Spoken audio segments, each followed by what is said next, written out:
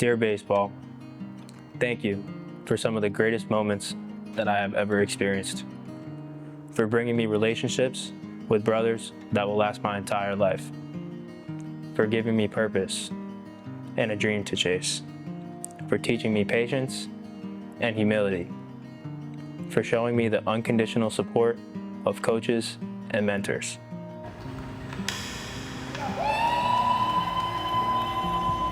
For teaching me that joy is in the work and not necessarily the result. Baseball, thank you for being a constant reminder to enjoy every second I get to play this game. And Schner swing and a drive. Out to Margaritaville one more time. Is it gone? It is! 3-run shot just like that. We got a tie ball game. Have a day, Sam Schner. Have a day. Thank you for helping shape me into the person I am today. Every time I step on the field, I still have that same passion. With love, Sam Schner. What's going on, everybody? Welcome to another episode of Dear Baseball. I'm Dave Saseski. He's Sam Schner. Sam from the Hoppers. Sam, we just had a chance to speak with one of your teammates the other day, and Gio Ferraro. He's been killing it, and so have you, man. So I wanted to catch up with you and just see how you're doing, how you're feeling, and talk about that baseball story from start to finish. It's obviously not going to finish, but where it goes from here. And it's been about a month or so for you. Mm-hmm. How's things feeling? How's the swing feeling? Yeah, things are feeling great. Yeah. We got a really great group of guys. Yep. Everyone loves playing the game of baseball together, and we hold each other accountable. Right. We just love being out there on the field, and when you have a good support system and a really good brotherhood on the field, it just kind of translates. So you talk about that brotherhood. Mm-hmm. The outfield core for you guys, mm-hmm. and Andrew Bergeron, Mm-hmm. you got Silas in center, and then you over in left field, and you could play center too. You said you're a center fielder. You guys gel well, Mm-hmm. or are you hanging out? We really do gel pretty well. I mean, Silas played center in college, I played center in college, and Andrew played center in college. Okay. So, it's just three center fielders. I didn't know Andrew could run like that. Okay. Mm-hmm. All yeah, right. So it's pretty cool. So, it's just three center fielders out there just running around, just having a good time. And when you're just having a good time with your teammates, it just kind of takes the pressure off and just let your game take over. So. Yeah, I mean, with baseball, man, I think when it's not fun, we're furthest away from where we were when we started, meaning like when we were kids, mm-hmm. right?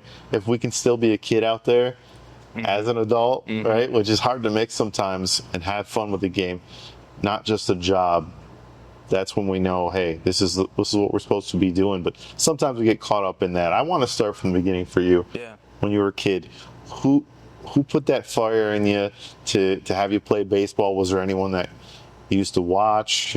Where did that begin? Yeah, so I've always been around the game when I was younger. I had an uncle that played in the major leagues, and mm-hmm. he managed for a while, so I've been around it at a young age. Yeah. All my family is filled with athletes. Okay.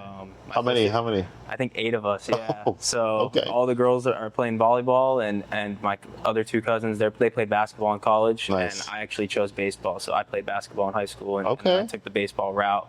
But yeah, we've family of athletes. We've played, pretty much every sport, and that's how it all started. And just kind of looking up to my uncle that played, just kind of taking it day by day, and just working with him, and it really made me fall in love with the game. So where did you grow up at? I grew up in Boca Raton, Florida. Okay, so who's the player that caught your eye in the major leagues or anything? I'd say Christian Yelich. Okay. I try to favor my game after him, Former especially MVP. especially when he was with the Marlins. Yeah. I really loved watching him. And I loved watching Jeter. I loved his approach to the game and how he always went at the game and how hard he played all the time. So I tried to mentor my game after those 2. Yeah, not bad too, right? Mm-hmm. One has won an MVP. Jeter may have won an MVP, but he's the captain, mm-hmm. right? He's that the face of baseball for so long. So you're playing, you're younger. When did something click for you when you said, you know what? I feel like I can play this at a collegiate level? Mm-hmm. I would say my senior year of high school during COVID, so no graduation. Yeah. I ended up playing in the summer league in South Florida. It's called the South Florida Collegiate League, Yeah. and it was all the guys from the Cape Cod League, and they all came down, and it was a loaded league. It was a really, really good experience for me, especially coming out of high school. Haven't played any college ball yet. I was fortunate to get on a team, and our team was filled with guys from LSU, Vanderbilt, and that's when I realized, all right, like I can hang. And so that's just kind of when I was like, all right, yeah, we're doing this. So were you guys using metal bats then, or just wood No, bats? we're using wood Okay. bats. Yeah, All right. yeah, we're using wood So bats. you got the real feel, right? Yeah. Okay. Yeah. And then in your college career, you went to college. Yep. Where? I went to Florida Tech. Florida Tech? For my first 3 years, and then I ended up transferring to High Point University for my last year. Talk about that, because you're somewhere, you're comfortable, and you got to make a decision to leave. Sometimes that's not always the easiest thing, because you guys, it's like a family, right? It's a brotherhood, like you said. What made you, what led you to that decision for you? Yeah, I mean, I loved my experience at Florida Tech. I loved all my teammates. I still talk to them every day.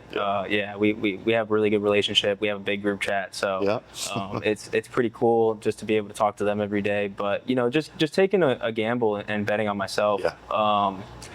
It's just a confidence, and I knew that I could play. I always wanted to play at the D1 level. Yeah. And even though the conference that I came from in D2 was basically like Division I baseball, it was like all, it was a top Division II conference in the country with Tampa, Nova Southeastern, all that. But I knew I wanted to take a step up and give it a shot. So you took a step up, and then talk about that experience, and then because you're here, right? You're here for a reason, so. Yeah. Obviously, spoiler alert, it went well. So talk about that experience for you. Yeah, so it was pretty cool. Going into High Point, I didn't really know anybody. Right. So I had to develop all my own relationships, and I still talk to a bunch of those guys a lot. But just, going into, the cafeteria with the guys, just eating and developing relationships with all these guys, because at the end of the day, you don't know where everyone's going to end up in the future. So just being able to still be in touch with everyone, and it was tough at first because I didn't know where I was going. I didn't know where I was going to class. I was showing up late to class because I didn't know where to go. I didn't know where anything was on campus, but I settled in pretty nicely. Yeah. It was a great experience. A lot more gear, so that was good. And it was just a great experience overall. I ended up getting hurt 19 games in, and it kind of downspiraled from there, and that's when I had a little doubt, like, oh, how am I going to get to the next level? How am I going to do this? But I know if I just keep putting in the work, and something will find me, and fortunately, Skip found me. So did that end your season after? They kept telling me to try to come back and play, but I played over the limit to get a red shirt, so I actually appealed with the NCAA to get a year back, and they didn't give it back because I played too many games. That's tough, man. And I talk with a lot of athletes too about the side of the game that gets overlooked, and it's the mental health side of the game, right? Like, you guys are expected to go out there and perform, and if you're not performing, you're almost like tossed to the side, right? Baseball is such an identity to you, right? I'm sure you played so much. What else defines you? What makes you Sam Schner? Yeah, I put everyone before myself. I at least really, really try to. I think that's the big factor for me. I'm making sure that everyone's okay before myself, because, I know that I'm going to be all right, and I'm fortunate enough. I grew up in South Florida. I grew up with a great support system, and they're always by my side. So, just calling old teammates and just checking in, just saying, like, how are you doing? Just asking how their day is. I think that's more important than saying, oh, I went 1 for 4, 2 for 4. I don't think any of that matters. I think being able to just pick up the phone and say, hey, are you happy? And Gio says that all the time, like Gio Ferraro. He says, are you happy? Are you happy? Like, just constantly asking, because you got to be happy. If you're not happy, like, you got to make a change. So I love that, man. It's so impacting people, right? That's one of the platforms you get as a baseball player here. So you make your way to the USPBL. Talk about that process, how that connection happened, and what were your thoughts? Probably had never heard of the league, I'm guessing, right? Yeah, I had a friend that played here a couple years back. Okay. And he was like, yeah, it's a great league. Like, you'll have a blast. So, he just called Skip, and fortunately he was like, yeah, we're bringing you in for spring training. And I was like, Love it. let's do it. So How'd spring go for you? yeah, spring went well. It was just great to be out on the field again. I had that whole year off from college ball. So you were fresh. Yeah, I was right? fresh. Yeah, I had hamate surgery as well. So I got my hamate bone taken out in July. So that was before, and then I had the whole year to rehab and get a little bit stronger and get ready. So Did that impact you at all, like in spring or before that, like throwing the ball at all, or did you fully heal from that? no, I completely healed from that. Nice. Yeah, so I'm all good now. But yeah, it definitely was tough. I couldn't do any upper body at the gym. I was doing all legs, so my legs got pretty strong pretty quick. Yeah. But that's how not it is. such a bad thing, It's not though, a bad right? thing at all. No, it's Yeah. not bad at all. So, okay, you get into the league, and you've been hitting solid all year round, and you were having a lot of success. I know, because I call your games, but you were kind of under the radar. Fast forward, you have a game. It's, I mean, it was, I think it was Jimmy Buffett night, and because you hit 2 homers in the right field fern. I mean, no doubters, right? And I know you're a humble guy, but I know that had to have felt good. Yeah, it felt pretty good. So what's going through your head during those, man? Because we missed the first shot, Yeah. the first home run. I know, because they were talking to one of the photogs, and it was kind of a running joke because he got that last shot. That's one of the better baseball shots that I've ever seen. I'm sure you've seen it. Over the shoulder, you drop the bat and just hit it. What's going through your head? I wasn't really thinking much, to be honest. When you hit a home run, you can't really think that you're going to do it again. Right. So I would say the first one, I was just trying to get my swing off early. I kind of knew he was going to throw me a fastball at some point in time after missing with the off speed. So yeah, I was just sitting on it, just put a good swing on it, and then luckily, it went a little far, went out of the ballpark. So that was good. And then the second one, we were in a big spot. We were down 4-1, 2 runners on.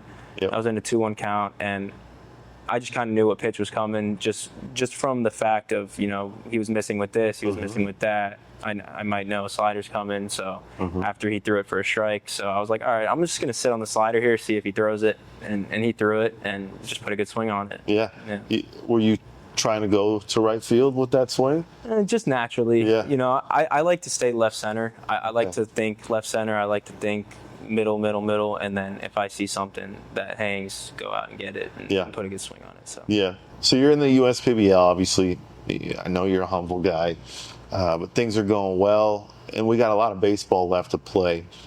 But as we know, not everything's forever, right? Things change and year to year. What do you see doing in the game long term?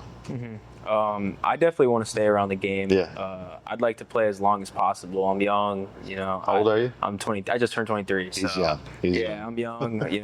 I want to play as long as I can because, we're just really blessed to be out there on the field. I mean, anyone would give their left arm, like my dad says, anyone give their left arm to be doing what we're doing right now. Yeah. So we're fortunate enough to be out there, and I just want to keep playing as long as possible. But hopefully in the future, maybe even working in an organization and staying around the game. I'm not really sure what I want to do with it yet, whether it's scouting or player ops or whatever. But you got time. Yeah, we got time. So I want to ask you about about the league too, because that's what it's about here too, right? USPBL 10th season. There's been a lot of changes from year to year, right? I mean, it's a beautiful stadium, right? Jimmy John's is beautiful. But what I think is so important is how we involve fans with you, the players, right? Because, man, you can impact people in such a strong way. What has that been like for you when you run out there on the field and you have a young fan there with you? This is honestly why we do it. Yeah. It makes my day. It makes my day probably more than it makes their day. Just the way they look up to you, just the way you feel out on the field, especially even with the fan base that we have here at the USPBL, not just the kids, but just, being out there on the field and just looking around and just taking it all in. And it's just like, wow, like we're really here. We're playing ball. Yeah. So, And last thing for you, man, when years from now, people talk about you playing here and playing the game, how do you want them to describe you? just how good of a kid and how good of a person I am. Yeah. The baseball, all that will hopefully speak for itself. Just being able to help people on and off the field is huge for me, and I want to be known of the person that helps other people and inspires other people. Yeah. Well, I can speak from experience. You're a good kid. I wish you nothing but the best Thank moving you. forward, man. Appreciate it. Thanks.